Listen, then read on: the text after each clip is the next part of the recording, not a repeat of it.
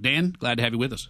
Hey, Michael, thank you for the opportunity. Longtime friend. Congratulations on your incredible success, by the way. I don't get a chance to listen much anymore, but you've gone from city councilman to radio talk show host to a national figure, and that's very hard in these days, so congratulations. Not international, just national? Yeah, just national. Okay. All right, I'm going to ask each of the candidates to take 1 minute to first, aside from your politics, who are you, Dan Patrick?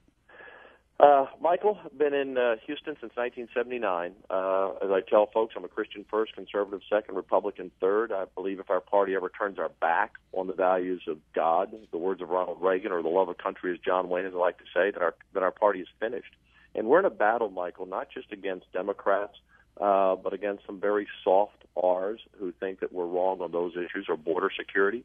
And so, and I'm someone, Michael, who's, most people know me around town. I've been in the radio business or television business for a long time. I've made money. I've gone broke. I've been up and down like most people. And the city of Houston, the state of Texas, has blessed me and my family greatly. And I have the most conservative record in the Senate. If not one, I'm always number two on the report card, both fiscal and social issues, the sonogram bill, and God We Trust, Under God and Our Pledge, go down that list. And the reason I'm running, Michael, I love being education chair. It is one of the biggest issues we face. We have a crisis in our inner city schools, Michael, and so I believe I'm the most qualified person. The other guys are bright and smart, but I've got the contemporary experience, 16,000 votes. I think I've missed 650 days. I missed one. I've got the contemporary experience. I show up for work. I know every bill, Michael, that wasn't passed and why it wasn't passed. I know who should be the chairman of committees. And as I've said from day one, I will not appoint half the Democrats to be chairman of committees. I know how to get it done. I will get it done. I appreciate the public service of the Lieutenant Governor, but time to move on. Senator Dan Patrick, you answered a couple of the segments I was going to have, so let me go straight into what you said. You made the statement, I will not appoint Democrats to be committee chairman. Are you saying David Dewhurst has? I said I will not appoint half. Could there be one? Could there be none? I have to be very careful of the ethics rules. But for the last 10 years, there are 31 senators. When I first got there were 20, and then Wendy Davis won that seat. There were 20 Republicans, 11 Democrats. The last two sessions, last three rather, we've had 12. We'll win that Wendy Davis seat back, by the way, in Fort Worth. And last year, of the 12 Democrats, 6 were chairman of committees. And, Michael, what's wrong with that is we work too hard to elect conservative Republicans to turn over the power of the Senate to the Democrats. And, the Lieutenant Governor will have to answer for why he has done that, but that's the record. And look, I was chair of education this past session, and I'm proud of the job that we did. Took on C-Scope, took on Common Core, standardized testing 15-5, put more focus on career than, not every kid needs to, as I like to say, get a BS and have $100,000 debt. We need to focus on skilled workers. But as chairman of the committee, Michael, and look, you served on city council in the past, you know how it works. I had all the power. I decide which bills, Michael, come are heard. I decide which bills are passed out. If you're a senator and you come to me and say, Mr. Chairman, I'd like to have my bill heard, and I don't like parts of your bill, Michael, I ask you to change it or it doesn't get heard. So when you have 6 Democrats in charge of 6 committees, they are controlling a lot of legislation in the Senate. So yes, that will change. People ask me, will there be, and I'm the only candidate, by the way. I've said this from day one in September at the Ronald Reagan Republican Women at the Galleria, and I've said it today. Everyone else doesn't even address it. I will not do it. Will there be none? Will there be one? Will there be 2?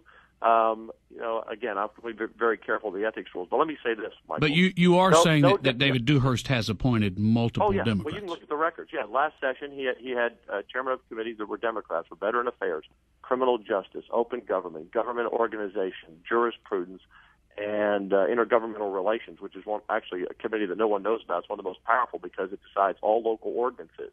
So you have a Democrat over a committee that every senator needs local bills to pass through. Tremendous power, and it's always been that way. Dan, let me interrupt you. You've been hit pretty hard over the last couple of weeks, and we'll get to that in a moment. But there has to be some separation for 4 candidates, all of whom have their own constituencies. I'm going to ask you for about a minute on each to start. Why is Todd Staples not the better candidate than you to replace David Dewhurst? Well, it's an interesting question, and I prefer not to talk, about other candidates. I prefer to talk about me. I've said from day one is that I'm not running against anyone. I'm running for the conservative agenda that has not been completed under David Dewhurst. again, I'll just stick to this, regardless of the barbs I've been getting.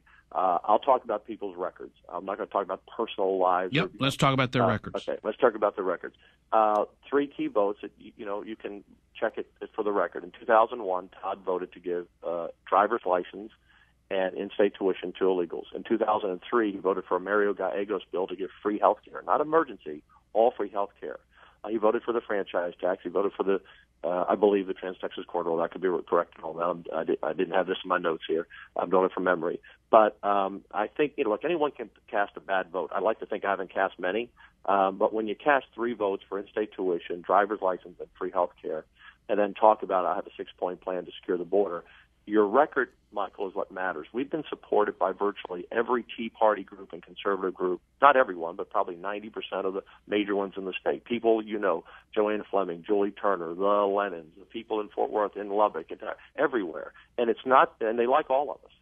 But they looked at the record, Michael, and they looked at the voting record, and my record has been very consistent and solid. So I'm going to ask you to close with the great things about you in time, but hold on. Yeah. Why, on the record, why is Jerry Patterson not a better candidate than you to be our next lieutenant governor?